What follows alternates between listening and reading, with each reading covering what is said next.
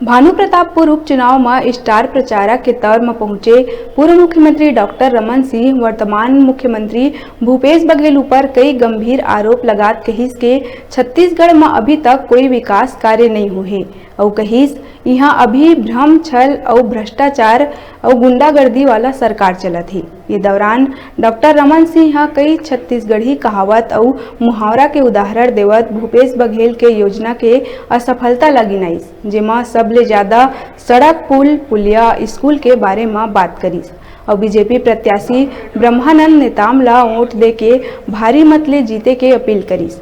उन्हें सभा में धर्मलाल कौशिक, पूर्व मंत्री बृजमोहन अग्रवाल, भाजपा प्रदेश अध्यक्ष अरुण साव समेत कई दिग्गज पहुंचे रहिस। ये दौरान छत्तीसगढ़ के लोक गायिका मोना सेन अपन मनमोहक प्रस्तुति दिहिस।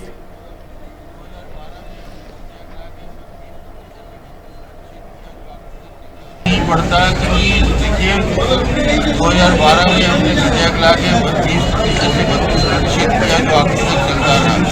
कांग्रेस के ही लोगों ने इसके खिलाफ कोर्ट में जाकर पिटीशन दायर किया और वो निरस्त हुआ। अकेले आरक्षण की मुद्दा नहीं, जब हमने डिस्ट्रिक्ट ऑर्डर जिला स्तर में नियुक्ति के लिए भर्ती अभियान चलाया, 8000 से ज़्यादा लोगों को भर्ती की जिला काटन बनाया, ये पूरे बस्तर से लेकर सरगुजा तक, उसके अगेंस्ट में भी कोर्ट में जाकर उसको रोक दिया। ये सरकार आदिवासी लोगों का भी भला नहीं करना चाहती और इसलिए सिर्फ और सिर्फ दिखावा कर रही है।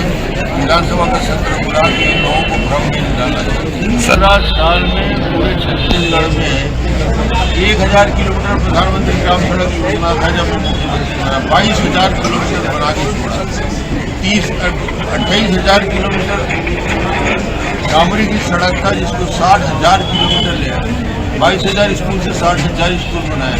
सड़कों का जाल और पुल पुलिये का जाल बिछाने का काम भारतीय जनता पार्टी की सरकार ने हुआ।